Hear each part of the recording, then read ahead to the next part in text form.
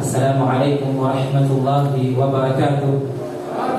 Sa ngalan ng Allah, ang pinakamawain, ang pinakamahapagin, ang lahat ng pagpupuri at pasalamat ay nabubulang sa Kanya at nawa ang Kanyang pagpapala, kapayapaan at pagbugay ay mapasa ating mahal na Propeta Muhammad sallallahu alaihi wasallam, sa Kanyang mga pamilya, sa Kanyang mga sahaba at sa lahat ng mga Muslim na tumahak sa matuwid na landas hanggang sa huling araw. Alhamdulillah mga kapatid, tatlong gabi, hindi ako nagkakamali, na hindi po tayo nagsama-sama sa Salatul Tarawih dahil nga sa kami ay nagtungo sa Dawag, Ilocos Norte, no? Para po sa sinagawang musabaka o contest ng mga estudyante natin sa Halay, yung Arabic Language and Islamic Values Education. Kaya hindi pag-iikayat sa ating mga kapatiran na mayroong mga anak na nasa elementary, kung kaya natin i-enroll yung ating mga anak sa Husorobio Central School, nang sa ganun ay bawat araw, Lunes hanggang Friday, insyaAllah ay matututo sila ng patungkol sa ating pananampalataya. Yung isang taon ng pag-aaral halimbawa ng ating mga anak at araw-araw na sila ay nakakarinig ng mga katuruan ng Islam ay malaking bagay at pakinabang po yun sa kanila at sa inyo bilang mga magulang, insyaAllah. Dahil ang mga magulang, sila ang in charge sa kanilang mga anak. Tayo ay tatanungin ng Allah subhanahu wa ta'ala kung paano natin ginampanan ang ating pagiging mabuting magulang para sa ating mga anak.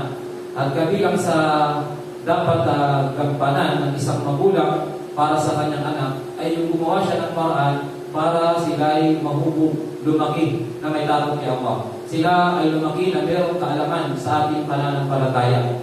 Dahil katotohanan na yung kabataan na lalaki siya na walang kaalaman sa pananampalataya ay hindi natin naasahan na siya ay magiging religyoso. Okay? Kaya kung meron tayong mga maisasakripisyo, medyo malayo, o gagastos tayo ng konting halaga para sila ay matuto sa Islam, papalitan niya ng Allah ng higit na mas mainam, insyaAllah. Mali natin, kung mga anak natin na sinasali natin mag-aral ngayon sa kanilang murang edad, pagkaki nila ay maging hilig nila yung pagsasaliksik ng kaalaman at maging ustada sila, maging ustad sila, o maging hafid o hafidatul Quran. Di ba? So magsisimula yan sa kanilang murang edad. Ano ba naman yung isang oras sa loob ng isang araw, mga kapatid, ilalaan sa pag-aaral ng Islam? Malaking bagay yun. Inshallah. Sa Western nga, napag-aaral natin sila ng napakaraming oras, napakahabang oras At gumagawa tayo ng way para matuto sila. Bumasa sa mga aralin na itinuturo sa eskwelahan. Paano pa kaya na hindi tayo gagawa ng paraan para matuto ang ating mga anak ng reliyon ng Allah subhanahu wa ta'ala, ng pananampalataya Islam. So mga kapatid, napakaganda kasi makikita natin, konti na kwento lang, makikita natin doon yung mga kabataan na nasaksihan natin, kabilang sa kailangan ng pagdalo doon, nasaksihan natin, mashallah, meron marami mga kabataan Muslim na nag-aaral ng alay sa kanilang murang edad na natututo talaga. May mga contest doon, Quran reading, tapos Arabic spelling, at makikita mo yung mga bata nandoon na napakaliliit pa. Diba bro? Pero natututo na sila. At na-imagine ko sa mga magulang kapag nakikita nila yung mga anak nila na natututo sa Islam, napakasaya sa pakiramdam. Kung tayo na, masaya tayo pag natututo yung anak natin sa mga kaalaman sa dunya. Paano pa kaya na hindi tayo matuwa kapag nakikita natin yung anak natin, ang binabasa niya, aklat ng Allah subhanahu wa ta'ala. Ang natututunan niya, kaalaman sa ating pananampalataya. So, meron tayong dalawang pagbago doon at alhamdulillah, tayo ay proud talaga sa kanila. Kasi ginawa talaga nila lahat yung effort nila. Yan si Abdurrahman. Si Abdurrahman, Masya Allah. Na talaga namang kailan lang nag-start ng alif bata. July lang. And then, sinapa agad sa regional musabaka. At ang nabili ipapasa sa kanya ay Suratul Baqarah. So, pati ako, bilang tumatay yung coach niya, kinabahan ako. Kasi hindi pa napapasa niya Abdurrahman yun. Pero, mashallah, sa pagbisikap, kahit pa paano nakapasa naman. Alhamdulillah. Subalit sabi nga niya, next year inshallah. Sabi niya, mas gagalingan pa. Kaya nagiging motivation yun sa ating mga kabataan. At ganun din kay Janine na talaga namang very supportive yung kanyang mga magulang. Ano? Ganyan dapat ang mga magulang kapag about sa Islam, dapat tayo yung unang nag-uudyok sa ating anak na matuto sila sa Islam. Ipakita natin yung full support. Imagine mo buong pamilya sila. No? Sinamahan talaga. Subhanallah. Magandang gawin mo aral, di po ba? Kasi minsan ng magulang, sila na yung hanap ng reason para hindi mag-aral yung anak. Anak kasi malayo. Anak kasi nahihirapan ka. So, imbis na positive yung ipayo sa anak, sila mismo yung namumuna sa pagbibigay ng negative na salita sa kanilang mga anak. Imbis na sabihin, anak, kaya mo yan. Susuportahan ka namin. Kahit malayo, iyahatid sundo kita. Di ba? Para matuto ka ng Islam. Di ba? Kahit may sakripisyo gagawin namin para matuto ka lang sa Islam. So, minsan, nasa parenting talaga kung paano nila huhukumin yung kanilang anak na matuto sa pananampalatayang Islam. At di ba natin gusto mga kapatid na inshallah mapabilang tayo sa mga magulang na kukoronahan ng parangal ng Allah subhanahu wa ta'ala sa kabilang buhay. At magtatanong ang mga magulang nito, bakit kami sinusutan ng ganitong parangal? Sabi niya, dahil sa inyong anak na nag-aral ng Quran, nakasaulo ng Quran, nagsabuhay ng Quran. Di ba natin gusto na mapabilang tayo doon? Ganti pala sa Jannah. Mabibigyan tayo ng parangal ng Allah subhanahu wa ta'ala. Di ba yung mga anak dito? Graduation, pag-honor student yung anak, napakasarap umapak sa stage. Di ba? Magsuot ng medalya ng anak. Hindi ikaw yung nasuotan, ha? Pero doon, pag pinush mo yung anak mo, matuto ng Islam, maging hafid ng Quran, at sinabuhay niya ang Islam, naging mabuti siyang anak, subhanallah, sa libingan, mapapakinabangan mo. Sa Jannah, pararangalan ka ng Allah subhanahu wa ta'ala. Alin doon sa parangal ang gusto natin makuha? Parangal sa dunya, para sa ating anak at para sa ating bilang mga magulang, o parangal sa libingan, maging sa Jannah, pararangalan tayo ng Allah subhanahu wa ta'ala. Mga kapatid, man taraka shay'an lillah awadahu Allahu khairan minhu. Sino magtiwala ng isang bagay para kay Allah, papalitan niya ng Allah ng kita sa kanya. Kaya naman, magsilbing encouragement ito. Talagang i-encourage natin yung mga magulang na mag-usap, insyaAllah, kung may mga pag-aaral patungkol sa Islam, i-grab po natin yung opportunity. Kasi hindi natin alam kung hanggang kailan pa tayo dito sa dunya. Diba? Mali natin, kunin tayo bigla ng Allah subhanahu wa ta'ala, mali anak natin, hindi pa marunong ng Islam. Anong maasahan natin? Sino yung huhubog sa kanila? Kaya, insyaAllah, mga kapatid, ito ay pabor sa atin ng Allah. Na nagkaroon tayo ng mga ganitong programa na alhamdulillah nagagamit natin sa pagtuturo ng ating mga kabataang Muslim. So, yan yung gusto nating ipaalala ngayong gabi kasi nga napaka-ganda ng ating nasaksihan doon. First time din namin. Sabi ko, napaka-ganda ng ganitong mga programa na insyaAllah, dapat nga sa mga masjid magkaroon din ng ganun. Diba? Continuous na pag-aaral at magkaroon din minsan ng mga musabaka. Basta bihul khairat, magunahan kayo sa kabutihan. Dahil kung may mga ganyang mga paligsahan, yung mga kabataan, mas nagiging doble yung kanilang pagsusumikap sa pag-aaral ng Islam. Alam niyo si Abdul Rahman, alhamdulillah, yung mga alituntunin ng pagbabasa ng Quran, hindi pa namin yan nakuha sa libro na tinatalakay sa alay. Pang-grade 1 yun.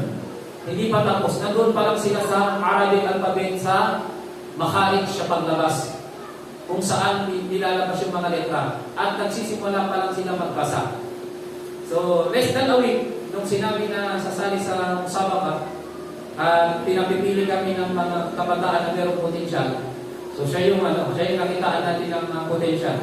Kaya ginawa natin, sa less than 1 week na yan, sinend ko sa kanya yung 26 lesson ng pagpapaliwanag ng Arabic alphabet at pagbabasa. And then, alhamdulillah, tinapos talaga ng bata. Tinapos niya. Kahit nagulat din ako, akala ko hindi siya makakausap. Kasi binasa pa naman Suratul Baqarah. Inabot sa kanya, binasa ng judge, Suratul Baqarah. Hindi sa una, sa ilang page na. At pagkatapos, dugtungan mo. Sabi dugtungan mo, subhanallah. Sabi ko, hindi namin nalagay yun. Hindi nabasa ni Abdul Rahman yun. Pero masya Allah, ang ini-explain natin hindi talaga makakausap. Pero alhamdulillah, ginawa niya yung effort niya. Ginawa niya yung pinaka-best niya. Kaya, hindi man nakuha yung panalo para sa atin talaga, siya ay panalo. Kapil! Kaya, ay magsisilbing kapakinabangan sa inyo. Kabutihan dito sa dunya, hindi talo sa akhirah. Kaya yun ay magsilbi ng encouragement, inshallah. Idza mata al-insan in kata'anhu amaluhu illa bi thalatha. Kama kala Rasulullah sallallahu alaihi wasallam. Yan natin, pakinggan natin itong mga magulang. Inshallah, mga kapatid. Kapag namatay na ang anak ni Adan, namatay na ang isang tao, sabi ng Rasul sallallahu alaihi wasallam, mapuputol na ang lahat ng kanyang mga gawain. Finish na, maliban sa tatlo. At kabilang po sa tatlo na yun, na nabanggit, una, yung kaalaman na kapakipakinabang. Natuto sila ng Islam. Finish mo sila eh.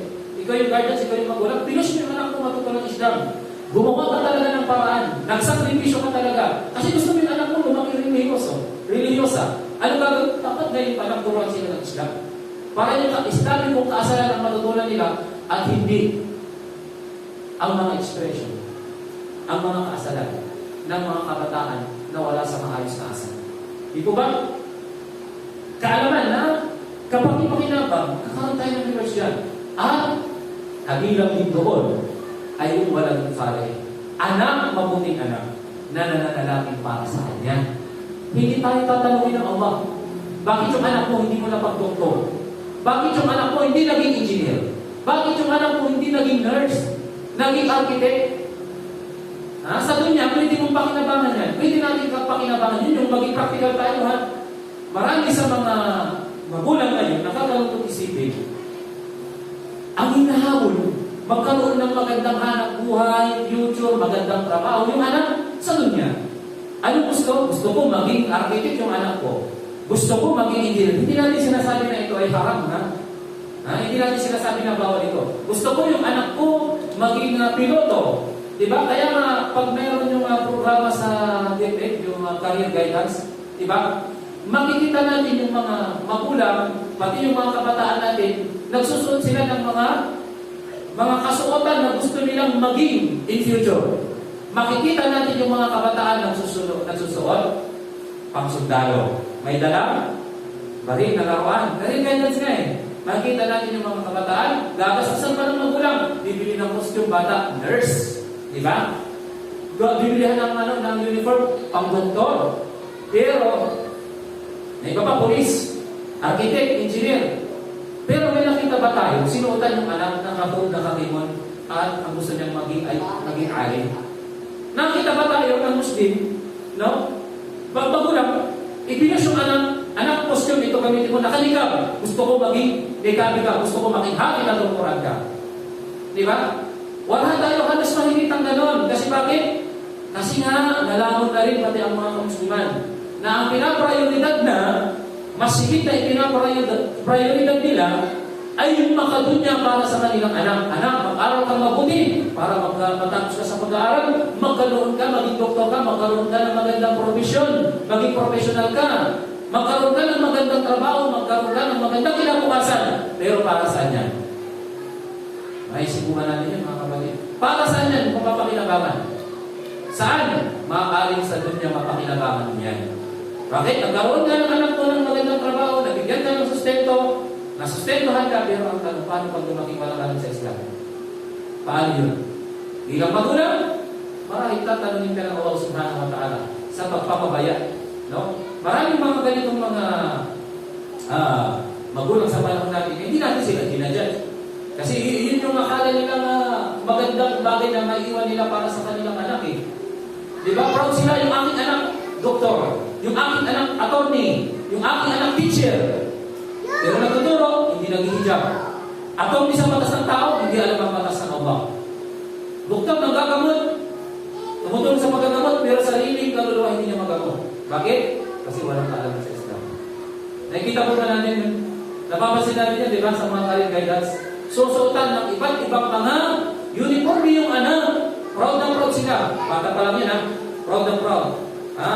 Ang aking anak ay magiging doktor ng future. Pero ilan sa atin, naghangal. Yung aking anak, magiging alim in future. Magiging imam. Dahil ba sa pag-imam, sa pag-ustad? Kasi alam ng iba, hindi sila yayaman dito. Totoo, hindi kayo yayaman. Pero sa kabilang buhay, insyaAllah, aali kayo ng rewards. Ang anak mo, pati ikaw, aali ng rewards sa Allah subhanahu wa ta'ala. At yung kaalaman na yun, o yung anak na yun, napalaki mo sa Islam, na siya ay maalam.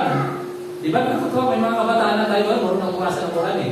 Di ba? Makita nyo, nireview ko, binakinggan natin yung nag-imam dito, yung anak ni Brother Ibrahim Quran. Di ba?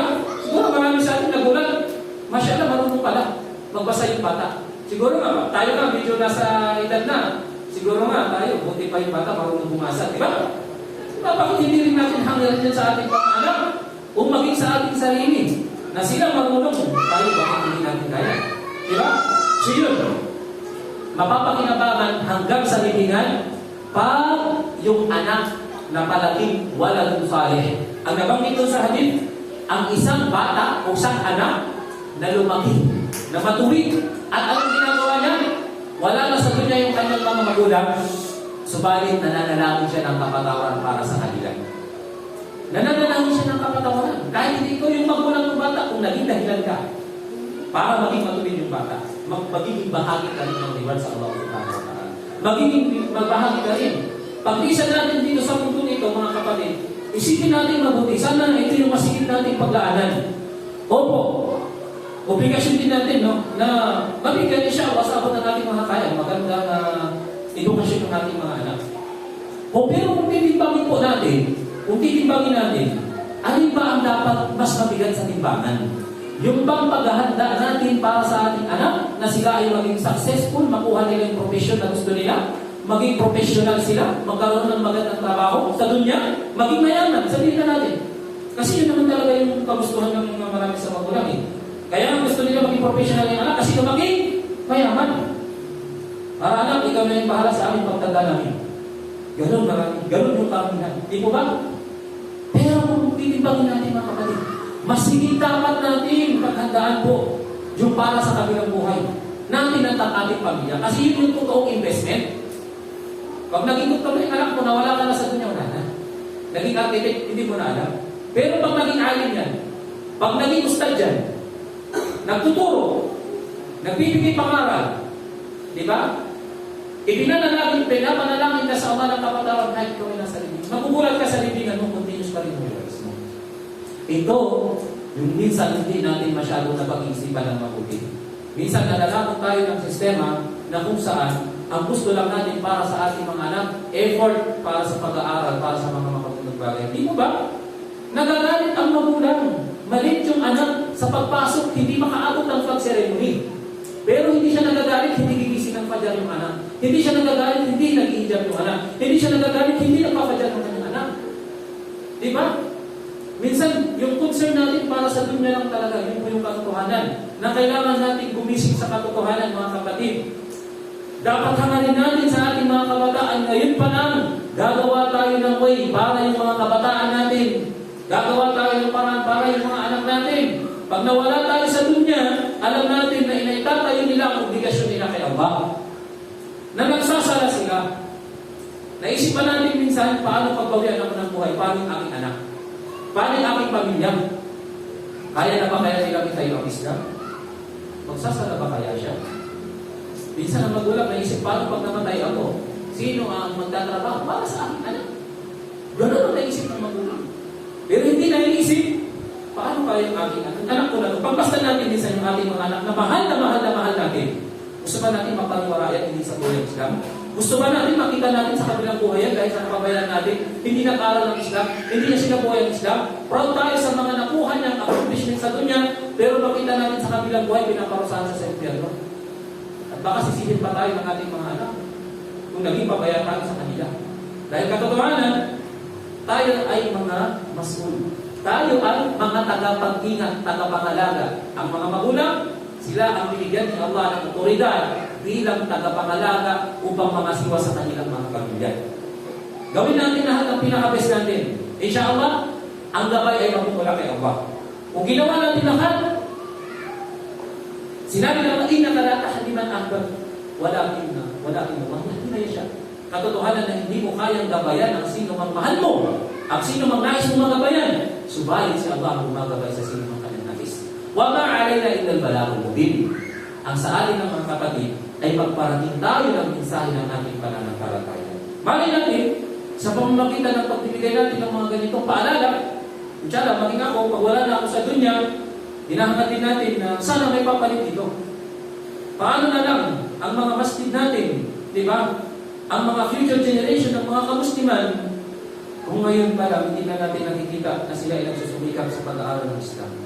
Kaya, ito po, ay paalala po para sa ating mga kapatid, sa ating mga magulang, ipagpatuloy po natin yung paggawa ng paraan, pag-i-encourage sa ating anak, paging tayo mismo sa ating sarili. Nang sa ganun ay sila ay lumaki na natututo sa murang edad, natututo sila ng Islam, lumalaki sila na isinasabuhay nila ang pananampalatayang Islam. Napakaraming mga kapatid, nasasaksihan natin, mga magulang, mga kabataan ay taka pa lang sa paligid ng puso mo. Makikita mo yung mga kabataan hindi marunong magsala. Marami, hindi na lahat. Makikita mo sila nagmumurahan sa daan. Nakikita mo walang hijab yung kanilang mga magulang. Tanungin mo sila kung nagsasala sa bahay, hindi sila nagsasala. Anong nangyari? Busy kasi ang kanilang mga magulang sa paghahanap buhay. Busy kasi sila sa trabaho. Wala daw time para mag-aral ng Islam. Para maturuan nyo, mapag-aral yung anak, para maturuan yung kanilang anak. Bakit? Minsan, dinidilay nila yung katotohanan na kahit may time sila para turuan sa akin na nila, kasi nga, tumadaling sila na walang kaalaman sa Islam. So, ano yung ituturo nila sa kanilang anak? Ano po yung ituturo natin sa ating mga anak patungkol sa Islam kung tayo mismo ay hindi nagsusundikap sa pag-aaral ng Islam? Diba? Mas mainam, ang magulang, siya yung unang magtuturo sa kanyang anak. So, balik ngayon, ang nangyayari, yung anak na ang natututo ng Islam, alhamdulillah, at sila na yung natuturo sa kanilang mga magulang. Inshallah, mga kapatid, hindi pa puhuli ang lahat. Magplano tayo para sa future natin, para sa success na gusto natin sa dunya, at hindi lalo, mas mabigat dapat ang pagplano natin at paghahanda para sa future natin at ng ating pamilya, ng ating mga anak, doon sa libingan, doon sa China, doon sa kabilang buhay. Mamuhay ka dito, mamuhay tayo 50, 60, 70, sabihin mo na 100 years, pagkaraan yan, ilang libong taon, o milyong taon, Allahu a'lam, doon tayo magtatagal sa ating libingan. Yun ang katotohanan, mga kapatid, na yun ang masigit dapat natin paghandaan. Yung ating buhay, doon sa tinatawag ng barsa. Yung ating pagharap sa Allah subhanahu wa ta'ala. So, dito, nawa ay natutunan na meron tayo na bunot na aral at gawin nawa ng Allah na daan itong ating mga paalala na ang ating mga kabataan, na ang ating mga magulang, insyaAllah, ay maging masigasig, no? Sumuporta, turuan, i-push yung mga anak, maging ang sarili na matuto sa ating pananampalataya. So, dalangin natin kay Allah na ipagkaloob sa atin ang kaalaman na magdudulot sa atin ng kabutihan sa mundo at sa kabilang buhay. Dalangin natin kay Allah na ipakita sa atin ang katotohanan at biyayaan tayo ng pagsunod. Ipakita sa atin ang kamalian at biyayaan tayo ng paglayo rito. At ipagkaloob naman sa ating lahat ng Allah subhanahu wa ta'ala ang dahilang tagumpay dito sa dunya, higit lalo sa akhirah. Subhanakallahumma wa bihamdik, wa nashhadu an la ilaha illa anta, nastaghfiruka wa natubu ilayk. Assalamualaikum warahmatullahi wabarakatuh.